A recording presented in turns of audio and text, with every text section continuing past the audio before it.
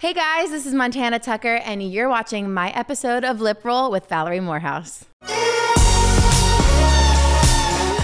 Welcome to LipRoll. I'm your host, Valerie Morehouse. And I'm your co-host, Ella London. Thanks for making me laugh right before I did that, Ella. You're very welcome. It's very professional. It's my job to make you laugh. But who do we have on the show today? We have Montana Tucker. Oh my gosh, I love her so much. I know. For people that didn't know her, don't know her, they're going to find her now because she has 2 million followers on Instagram. She's totally self-made. Yeah. So positive. I loved her message. I did too. And I loved her, she really shared about, the importance of social media, but also, the guidelines that she kind of follows for herself on what she posts and how she is. And I don't want to give it away, so I won't speak on that too much more. But listen in, you guys. You need to tune into this because it was really great and refreshing to hear her talk about those things. Absolutely. And, kind of just growing from being a child in the industry all the way up to, where she is today. And, finding singer, that passion. She's a dancer, she's a choreographer, she's doing everything now. I didn't know she'd done half of those things. I know. And then I thought it was really cool. She gives some scoop on that Step Up 2 movie I had no idea about. So I thought it was really, really cool. Very interesting to find out new things about people, especially people that you already know. It's so true. It's like, I know you, but I don't know you. Exactly. All right, well, let's take a listen. Let's do it. What have you been up to? Oh, just working nonstop.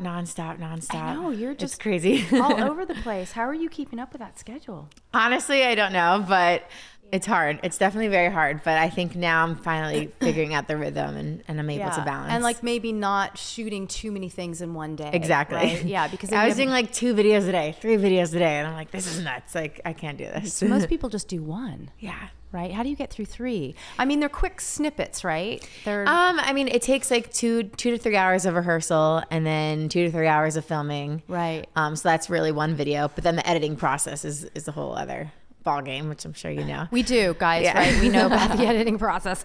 I forget about that stuff too because we shoot stuff here and then the guys are like, do you know that little clip took 15 hours? Yeah, it's crazy. What?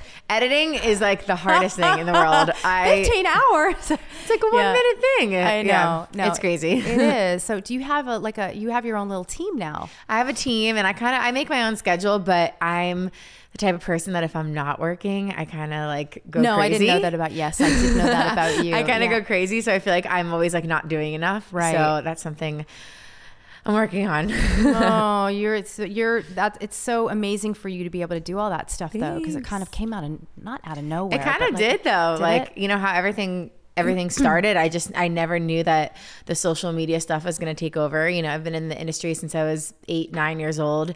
Started off modeling. I don't even know if you know my whole story. I don't, but we're going to get into it. I don't know if we were filming it. No, but we're totally going to get into it. We're just, okay. we're vamping. Yeah. But we'll grab what we can. And then, I've got a whole line of questions for you that I'm dying to know because I don't really get to sit down and chat with my artists other than in the studio. So welcome to LipRoll. Thank you so much. Thanks Thank for you for having coming me. in. Yeah. So we have Montana Tucker in here today. Woohoo! If you don't follow her, you got to follow this girl. I mean, she is on fire, right? Thanks. So I'm going to just start at the beginning with you and kind of, bring you in and talk a little bit about your career and to the listeners that do know you, don't know you.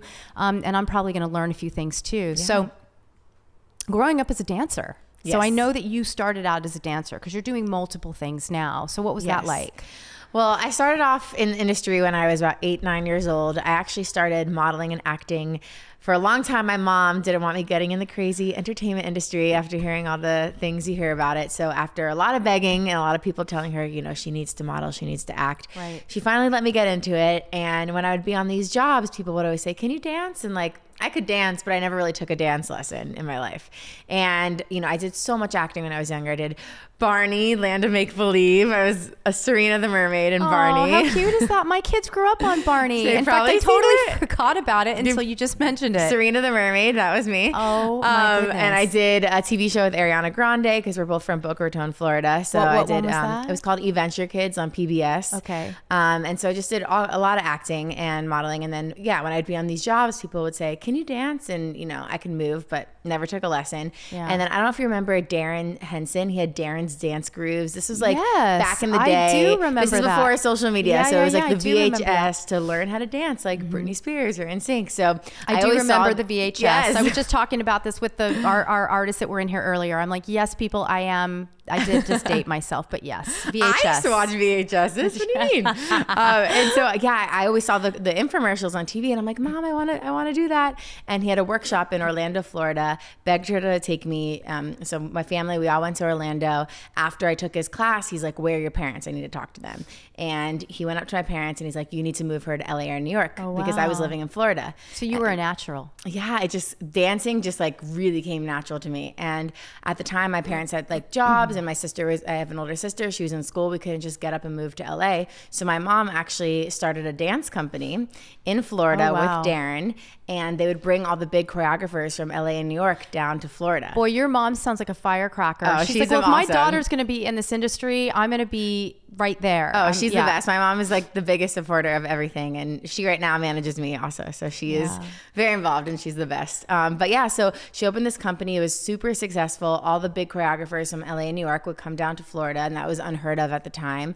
And then I won the World Hip Hop Championships. Wow, I didn't know that. When I was 11, which is crazy. And I started backup dancing for different artists. Yeah. And that's kind of when I became really passionate about performing. And still to this day, if you ask me like, what's your favorite thing to do? It's performing. I just love being on stage. I think that's why I love creating these videos so much, because I just love, I don't know, well, you tell us, you seem aspect. to tell for people, she has this, Montana's got this amazing Instagram page you can go through, and people that don't know, it's just you dancing and putting these little like vignettes together with other people, and you're telling a story through different types of music and other people's music. And I'm sure, you know, whatever song you pick, they love that. Yes. Right? So it's like a little music video kind of in 1 minute, which is crazy to fit a whole story in that 1 minute. But I think that's why I love doing them so much. So yeah, from there, I just, you know, I wanted to be an artist. I love being on stage. When I was backup dancing for these artists, like that feeling of being on stage, I loved it so much. And so that's kind of when I got into it. And then when I was younger, promoters that knew me from dance started knowing that I was an artist. And so they started booking me for different concerts. So I opened for Sierra and Pitbull and Lil Wayne and all kinds of people. In a dance company, or like how does that work? That was me as an artist when I was younger, when I was 15, 16. And everything, just dancing. No, singing as well. And singing. Yes. What age did I that was start? 16. Oh, okay. Yeah, 15, 16. It was crazy. And everything was amazing. And then my parents went through a divorce, and it was very, very hard on me personally. And I kind of just, everything was going so well, and I had to take a break from everything. And so I took like a 5-year break from everything. Yeah, well, that can be very tumultuous too. Yeah, you know? it was a lot, and I just kind of had to take that break. Right. And from there, I then got offered to go on tour in China, which still to this day, I don't really understand it, because this is before my social media took off. Right. So I had a fan base in China that I still don't even understand where that came from. Well, the Chinese, Japanese, those Asian cultures, they really do. I spent a lot of time in Japan when I was in college. I actually lived there for like 4 summers. Wow. And kind of understood a lot about the culture. And they'll find these, you know, and you're saying, was this pre or? This is pre my social media. They find you. It's crazy. They just find you somehow. You know, they find you still through the internet. You can still post things. If they find a clip and they glom onto it, it just becomes this big like volcanic eruption. So I think that's what happened. I mean, I had a song in the Step Up to the Streets movie, the Step Up movie, which was a big movie. So I think maybe they found me through that. I'm not sure, but it just takes like one little corner, one little piece, and they're like, oh, and who's that person? Exactly. And I think that's what happened. And yeah, I mean, I 5 years went by. I was like, you know, I never stopped loving this. I need to go. So I went on tour for a month and a half all over China. I was there 45 days. That's a tough trip. 38 shows. Wow. That's a lot. A lot. And then after that tour, it was extremely successful. And I'm like, if I want to do this full time, which I do, I need to move to LA. So that's when I moved to LA. And I was still trying to figure it out the traditional route. Like I was recording with a few different people and I was taking dance classes and just trying to figure it out. And then I'm not sure if you're familiar with Lele Pons, but she's super huge on social media. I'm not. Really. It's okay. But that's not saying much, you know. Yeah, she has a massive following on YouTube and on Instagram and everything. And she saw a video of me in dance class, like a horrible quality video, not like the videos you see now. It was like an iPhone. I don't even know. Those are the best kind though, because you really it's so can spot raw yeah, talent, right? Exactly. Yeah. And she saw this video and she's like, who's this girl? I want to book her for one of my YouTube videos. So I got approached to do it. It was a paying job. I'm like, hey, this is awesome. Like, I'm going to do it. And then the second time around, she asked me again. Then the third time, she's like, can you teach me how to dance? So I taught her dance. We put it up online. It went extremely viral, went crazy. Wow. And then her and I became this little dancing duo and we started making these videos together. And so then my following just started going crazy, you know, growing. And I then became obsessed with creating these videos. So I started going and making my own, collaborating with different people. And it kind of just took off like crazy. Wow. And then that's why the music then went in the back, not the back burner, but it was hard to do everything because then the filming just became an everyday thing. It's all consuming. Yeah. And I started then working with labels when they would have a new song come out. Right. They would say, hey, here's this budget. Can you do a video? So it became my job and it just became a full-time job. So that's kind of what happened. So where did that then parlay into you singing again and doing music? Because we met, how long, what was it, about a year and a half maybe? I think is maybe it longer than that? I think maybe like a year. It's year flying and a half. by. Yeah, because you studied with one of my associates yes. for a minute, right? Yes. And then came in as you started getting a little bit more traction, came in and had some lessons with me. Yes. And I knew that you wanted to be a singer, but I didn't know that you had sang before. Mm-hmm. So at what point did you come back to the music, would you say? I think I just started realizing like, hey, I'm spending so much time on these dance videos. Music is really my number one passion and music is really what I've always wanted to do. And I, did it before. I just, it's hard to kind of manage everything. And I think I built the following and I put in a lot of hard work on doing that. And I think my fans are extremely loyal and I'm so thankful for that. And I think dance is always going to be a part of the music that I put out as well. Because you've grown exponentially. Yeah. We were just talking earlier about Instagram, the love-hate sort of thing. Yeah. It's wonderful, but it can be all consuming as well. Yes. I'm really curious, how many years have you had a profile? So I had Instagram for a while, but I was just using it personally. Right. Like if you look at my old pictures, they're like really embarrassing. I'm sure they're really great though. You know what I mean? But they're not like, professional at all. It's like my friends and I, like it's like literally like a normal, like a Facebook like a page. personal page. Yeah. And then I really started taking it seriously when I started doing these videos with Lele. That's kind of when I started taking it seriously. So it's honestly like I started off with like maybe like 50 to 80,000 followers. You started with 50,000? Well, like from before I started taking that's a lot. Before I started taking it really seriously, right. like that's like kind of how it was growing. And then once I started taking it seriously, it grew to over 2 million now, which is it's so it's been about I would say like 2.5 years that I really was like taking it seriously. 2.5 years. Yeah, but you're it's always amazing to me because I don't know anything about this stuff. I'm always learning as I go, and I'm a mother and run a studio and have a small business and am traveling, and it is that necessary evil. And growing it, you see the mistakes that people are making, and there's no formula to it. There's no formula. I wish there was. People are always like, oh, like what are your tips? Like, what do you think? I think honestly, you have to just find what your thing is. Like, I know why people follow me. People follow me to see my dance videos, to hear my music, and I'm promoting positivity. That's why people follow me. Right. People follow everyone for a different reason. But you are yourself, and you're always very positive. I notice. Yeah, and that's me as a person. I think that's why also you can see that it's authentic. I think if somebody's trying to be someone that they're not, you can see it right away. I can see that on Instagram so much when I see. I'm like, I know that's not real. Yeah, you can see it. Well, you're very steady, and I think that people want authenticity and they want people to be organic, and you can see through your videos that you love what you do, and you find yourself just watching these. I find that the pictures are pictures, but videos you're there. You feel like you're there with that person, right. and you take that your fans on like a little, minute journey or whatever, and then they want more. Right. It's like having the best chocolate cake you just baked, and you give them like a couple little bites, and like, wait, come back with that thing. Yeah. So I really, that's how I view, looking at the stuff that you do, and it's just so remarkable that you've gotten such traction from that. Yeah, I think it's honestly because I've been so authentic, and I think it is. And I do a lot of the fun, just regular dance videos, and then I do ones that really have a meaning behind them. Like I did a big anti-bullying one. I saw that. I was really bullied in high school and middle school, and a lot of people don't know that. Well, that's important for our listeners to know and your fans to know. And this is a place where you can just talk about that and say, hey, this is my story. This is my past. 100%. Yeah. And, and growing up, I grew up in Boca Raton, which is in Florida, which is a very like, how do you explain it? It's like everyone's like this there, and it's very prominent people that live there, and they grew up a certain way. And my family, like I always never felt like I fit in Boca Raton. Like people, if you didn't have the newest designer thing in school, if you didn't have the newest clothes or the newest shoes, people would look at you and judge you. Yeah, it was bad in that sense. And so kids were just really, really mean. And I was always in the industry since I was 8 years old, so I would miss a lot of school. And my mom was really strict about me being in honors and AP classes. If I wanted to do this career, she said, school, you have to take that seriously. Good for her. Yeah, she was so, oh my God, my mom was so strict. I tell this to my boys all the time. I'm like, your academics are everything. Yeah. Trust me. You think you're going to be an athlete? Yeah, you got to have a B plan. 100%. She was so strict. Like I wasn't allowed to even take a cell phone to school. Good in for high her. school. She would take it away at night so I could do my homework. Like she was strict.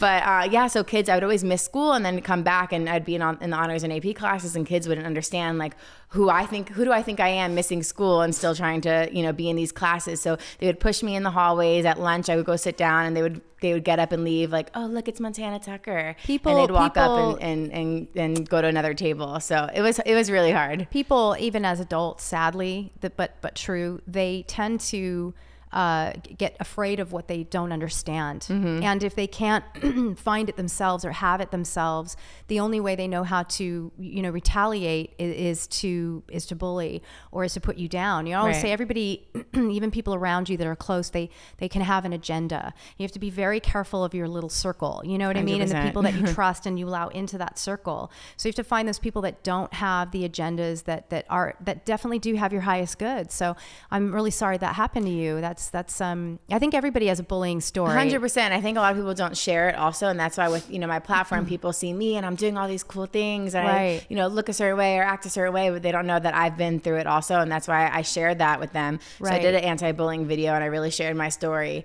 and then I got so many messages of people sharing their stories and saying how much that video really helped them. And I did an anxiety video about talking about anxiety, and everyone's going through these things. So the messages I've gotten, like I've literally had people write me saying I was about to give up and I saw your video today, and it changed my life. I think it makes them feel connected. You know, again, good and bad. There's a lot of bad things in social media 100%. And a lot of bad messages, and it's wide open.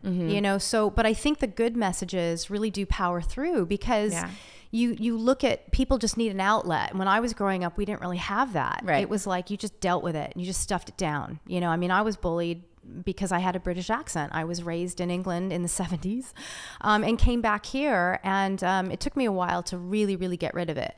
But I didn't know that. I had a pretty proper, and you talk about I grew up in a very posh neighborhood in Surrey, England, and in the through the 70s and early 80s, and I think that kids don't understand something. And so I remember one of my best friends, same story, who later just became a great friend of mine all through school. And she sat down next to me on the playground, and I was sitting by myself, and I'll never forget the day. It was like yesterday. And she said, how come you talk so funny? I was 11 maybe. She just didn't understand it, and then we became pals. But you get a lot of flack for that. And same thing. I was a singer. I was good in school. And had this British accent, and people are like, who is this person? So it was really tough. It was good to have your own individualism rather, but very difficult to make friends when you're that young. So it's a great message. It's a great message. And that's for why people. I feel like, we have this platform. That's why I hate when I see such negativity on social media, because we have we have a chance to really use our platform for something good. And I wish more people were doing that. And that's why I try to always, as much as I can, promote positivity. And that's why even in my music video, I don't know if you see my music video for my song, I'm Not Alone, but I had, 10 different people with all different disabilities in the video that just love to dance and love music. Didn't you post a little clip of it? I did. I posted a lot of different things with them. I did see the clip, I swear. I just didn't see the whole thing. Gotta watch the whole thing, Valerie. Yeah, I want to. I'm going to, I promise. But yeah, and they just love music and love dance. And I want to show people, because I get messages from people all the time as well, from all around the world. We're in Los Angeles. A lot is accepted here. Still not everything is accepted here, but a lot more open. We're a lot more open, or even in a lot of major cities in the US. But in India or in, China or Indonesia, like these countries, if you're in a wheelchair, you would never think you can go into a dance class. You would never think you can do that. If you, if you're deaf, you would never think you can dance. Right. And so I have all these different dancers that are still following their dreams, that are in wheelchairs, that are deaf, and they're amazing, and they love to dance and they love music. So I really want to show people, like, hey, look what they're doing. Whether it's dancing or whatever you want to do with your life, you can do it. Don't let anyone tell you that you can't. So who are you influenced by, artist-wise? Like artists and musicians? Yeah. Beyonce. Number one, of course. Just honestly, everything. I was literally watching her concert this morning as I was getting ready. I'm like obsessed with her. But I know every girl says they're obsessed with Beyonce, but the real reason why I love her so much and I study her so much is because, first of all, she's been in the industry for a very long time. You never hear negative things about her in the press. She's never out at the clubs or, out being crazy. She's always like very professional. I know a lot of people that have worked with her and say she's the hardest worker, that apparently she's the first one at her rehearsals and the last one to leave. And she's involved with everything. She's Beyonce. She can have someone doing everything for her. That's right. And that she loves to be involved in the editing and loves to be involved in the choreography. She's in control of her destiny. Yes. And most people come into this business, especially, not even this business, any business I see, not to put millennials in a basket or a bucket, but you do see a generation of people that just feel entitled and they're not working for it. They want the end. They're not committed to the passion or to how hard it is to work to get there. They just feel like it should be dropped on their lap. And so it's very refreshing to hear somebody your age and has done so much work talk about how difficult the business is and that you have to take it seriously. And it's a lot of hard work. People don't realize how hard this is. People do not realize, especially like with the social media stuff. I think people just see me posting these 1-minute videos and think, oh, that's probably so easy. And like they don't know how hard they are and how much work goes into it. That led you there. And people just think, oh, she has all these followers now. Like they don't know I've been doing this since I was 8. I've just had such a crazy journey to get to where I am, but I've put in the work, it's been a lot. When did, and I may have already asked you this, but when did you know that you could sing? I know you said you started when you were little, pre your parents' divorce, but when did you know that you had something of a gift to sing? To be honest, I loved it when I was younger, and I think I was still trying to figure out my identity, and I think once I restarted again now, I was always passionate about it, but I don't know. I feel like my voice has changed so much, and I think I'm now so passionate about when I sing versus before I just kind of loved it, but now it's such a passion. I don't know if that makes any sense. Well, it does, and it's kind of what popped into my head is a lot of artists. You have a lot of singers, you have a lot of performers, and then you have artists. And what the way that I try to set those two apart in some ways, that you have some amazing performers that connect to their art and their material, but there are a lot of singers that just sing the lyrics. Right. And so if you're singing a cover, if I have a student that's singing a cover, you have to be able to, like an actor would, transference-wise, to understand what the lyrics are and put yourself into that person's shoes. And what would I be saying and going through if this were me? You have to have the ability to reach an audience in that way. You can't just come out and sing the song pretty. Right. That's not what it's about. You have to find,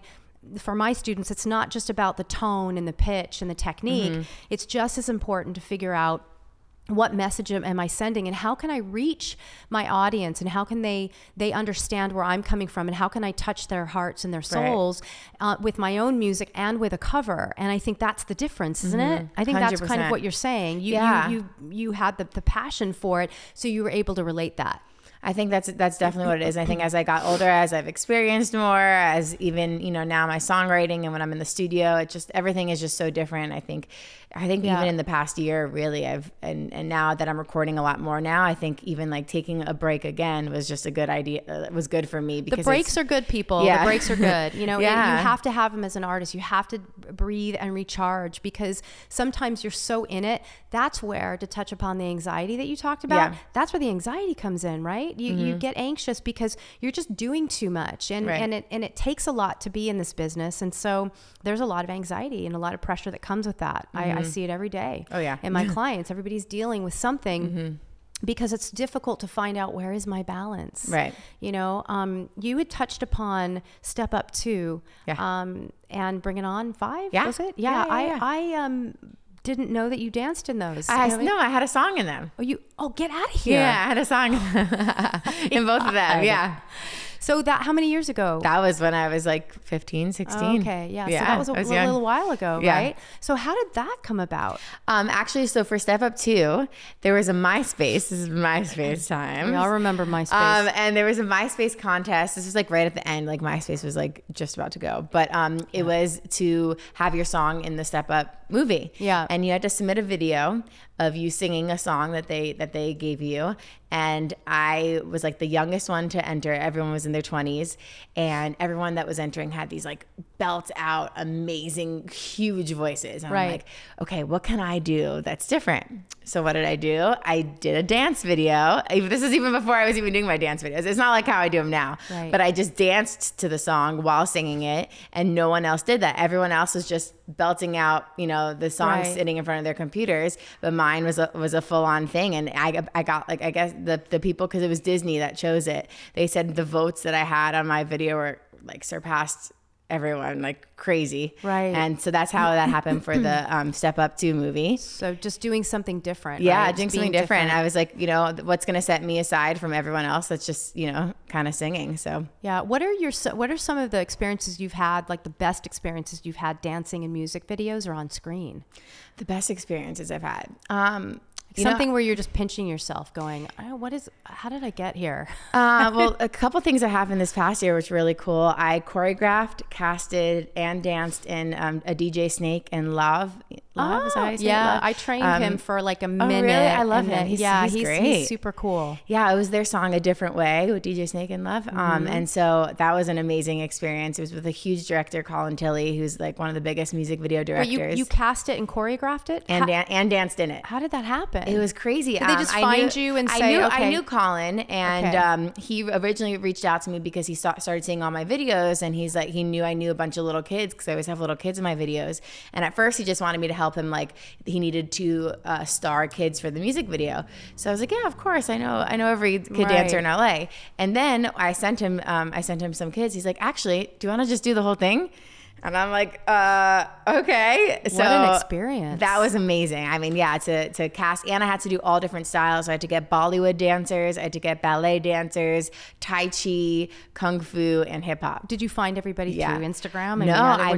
It was crazy. I like called because the Kung Fu, they wanted authentic. You're like calling all Kung Fu dancers. No, they wanted authentic Kung Fu dancers and authentic Tai Chi dancers, not just dancers who could do it. So I was like calling like in like Chinatown, like I was calling all the different like Kung Fu studios. Yeah, it was crazy. This is why your mom told you to stay in school, and why school was so important. Yeah, because now you're blending your artistry world with your business mind, you know, and so. Oh yeah, it's such a business. Yeah, for all my videos and everything I do, I'm producing them as well. I'm directing, I'm dancing, I'm casting. So I love to do it. I really, really do. And how did it turn out? It was amazing. Oh my gosh, you have to see it. It's A Different Way. You have to watch it. It was a beautiful video. I love it. And then I also did the new Justin Bieber DJ Khalid video for their song No Brainer.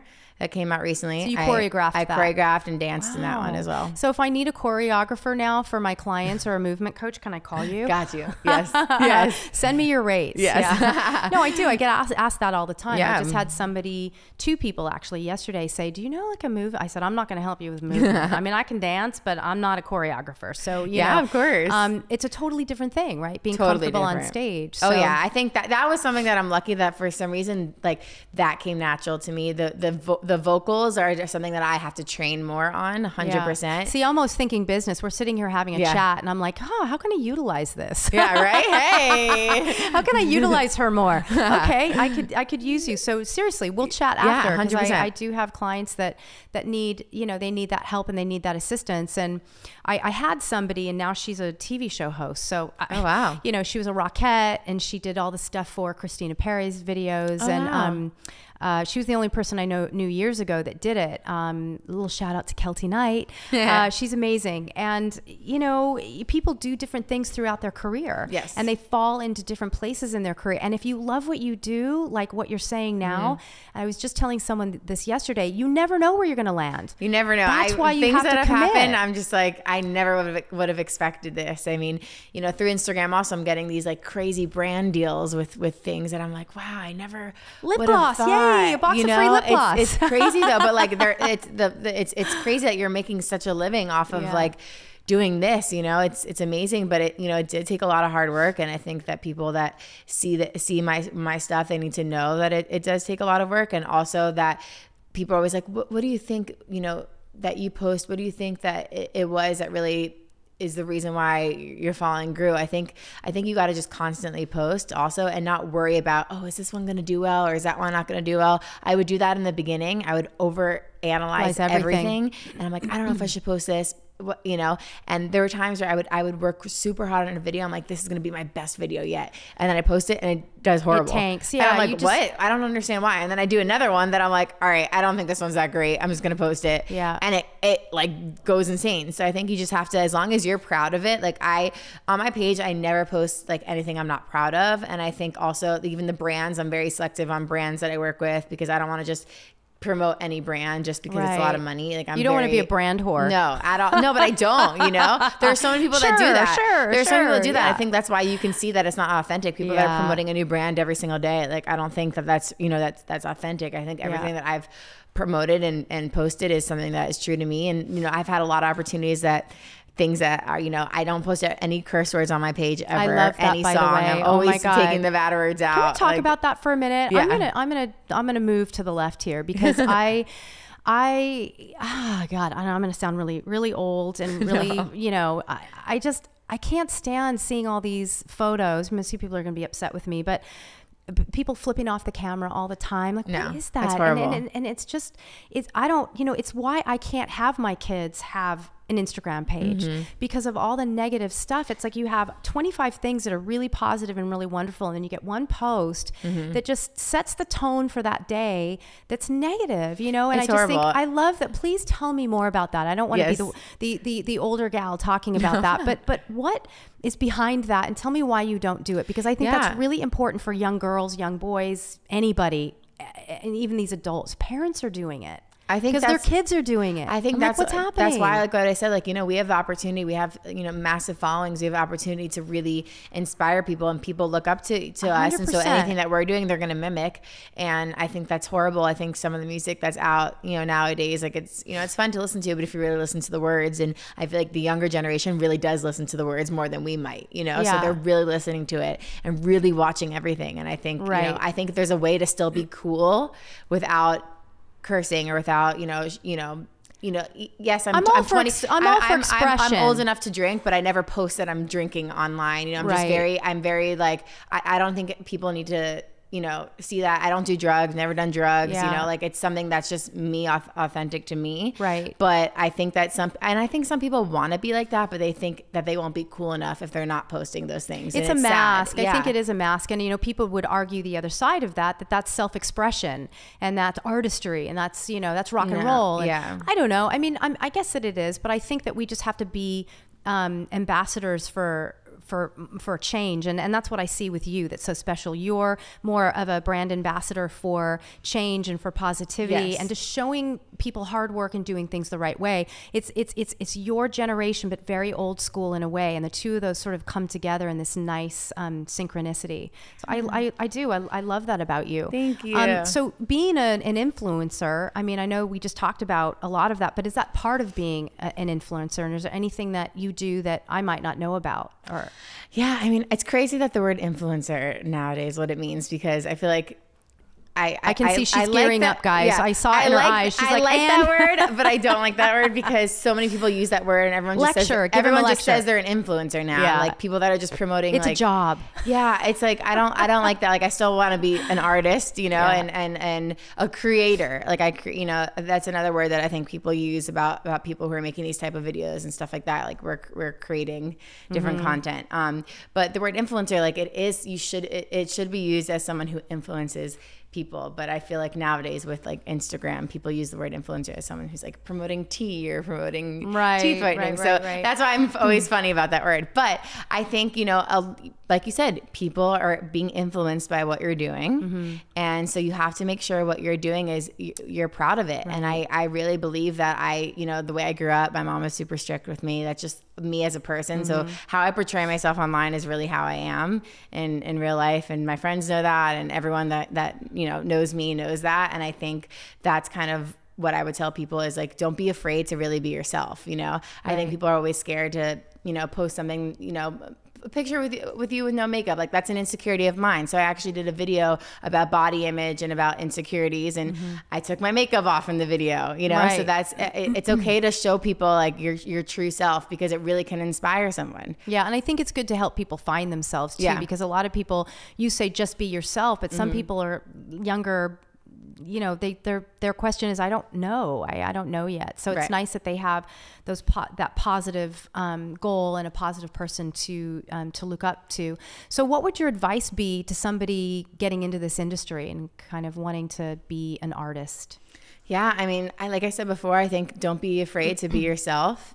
And don't, you know, be afraid that it could take, you know, a day for something to happen. It could take a year. It could take 10 years. Like, don't worry about the timing of it, because like I said, I've been doing this since I was younger, different routes, took a break, you know, had such a crazy journey to get here, and I'm still nowhere near where I want to be, you know, but I think it's a journey. It's such a journey. Everything's going to be a journey, and to work hard you have to know that no matter what you want to do, if you want to be a singer, if you want to be a doctor, if you want to be a lawyer, everything that you want to do and that you want to be good at is going to take hard work. And find your passion and then go after that passion. 100%. And not be impatient. You know, I just had this conversation with somebody at my studio a couple days ago, and they had brought their father in because he's their business manager. And we were both telling this artist, you have to be okay with the journey, and you have to love it, or nothing fruitful will come. You can't say, oh, the end game is this, because you don't know. That's what the father was saying. You don't know when it's gonna. It could be, you could be doing it for 10 years and all of a sudden something just ignites. Happens. It's crazy. And you don't have any control over that. So if you love what you do, everything will then come to you. So I love that. And that would be sound advice for somebody that's coming up in this business. So yes. What are your goals for 2019? My goals for 2019 is more music. Okay. More music. I've actually been in the studio a lot lately. I've been working with Brian Kennedy. Do you know Brian Kennedy, the producer? Should I? He did a lot of Rihanna. He did Kelly Clarkson, Stronger. He did Chris Brown. He did like Daughtry. I think he's done all kinds of genres, and he's I trained Daughtry. Really? That's amazing. Yay. I'm glad you just said somebody that is one of my artists. I'm like, wait a minute, we'll get to it. All right, there's the connection. You have everyone. You have everyone. But yeah, he's really incredible. So I've been making some awesome new music, and I only released one song, the song "I'm Not Alone," and from that, I mean, Zumba licensed that song for their breast cancer campaign. Sounds like you're in good hands. Yeah. That's gosh, the song all over the world. If you look at my story highlights, I have people from literally every country dancing to my song, and we had no promo behind it. Like I literally just put up. So that was from there. I've been getting booked on a lot of performances based off of the one song, honestly. So I'm excited that, I have new music coming out. I've, experienced a lot more, and I'm ready. So who do you think should have a bigger voice in 2019? Is there any artist or any singer, anybody that you think is undervalued in some way, or doesn't have the platform that they should? That's always everybody always, everybody stops on that one. Yeah. I mean, it takes a minute. That's undervalued. Yeah. Or just a voice, somebody that, a singer, somebody that you might be listening to that you'd like to see become bigger. I'm trying to think. I feel like everyone that I really, really love is doing well. Yeah, I know we had that last problem. Everybody had to pull out their phones. They're like, wait a minute, let me find somebody. Let's move on to that because something might pop into your head. Yeah. But speaking of artistry and fans, where can people find you? Yes, well, of course, Instagram at Montana Tucker, and now I'm starting my YouTube channel, so I'm starting to post a lot more on YouTube, which I didn't for a long time, but now I'm excited because there's so much I want to put out there in 1 minute. Sometimes just can't. It's busy. Can't get it all out. So I'm going to be doing a lot more YouTube. So my YouTube is Montana Tucker. Everything is Montana Tucker. Yeah, that's easy to find, right? So you don't have too many things going on. Yeah. Montana, it's been so nice having you. I've learned so much about you in our little chat today. And I really appreciate you coming on LipRoll. Oh my God, thank you for having me. Of Seriously. Course. Yay. Thank you for listening and watching the LipRoll. Woohoo! That was an awesome episode. Another amazing episode. I feel like I say that every time, but seriously, it never changes. It gets better. It does change because it gets better. It does get better. She was very interesting. I was, again, I have to reiterate, I was very impressed by her work ethic. Yeah. It just really astonishing just seeing somebody grow and change and be open to that and not feel like she has to stay in that one pocket, that she can just be authentic and be herself. Right. And be positive. Oh my gosh. We need some of that. We need more of that. More positivity. Yes. More sunshine. Exactly. You guys have to watch us on YouTube. And you can listen on Apple Podcast and Spotify, right? Yes. Did I miss any? YouTube. Oh, YouTube. YouTube. And YouTube? Yes, YouTube. Or YouTube. YouTube. I'm making fun of you now. I used to talk like that. Yes. So. I'm like, where's the British accent? You were talking about that because she was bullied. And I think it's really great that she has that platform. Yeah. We connected on that because I was bullied for having a British accent for all those years. And I'm really sad that you lost it. Where, can we hear it again? I can go right back there, but I'm not going to. If you drop me in London for 2 days, I'll be talking like this.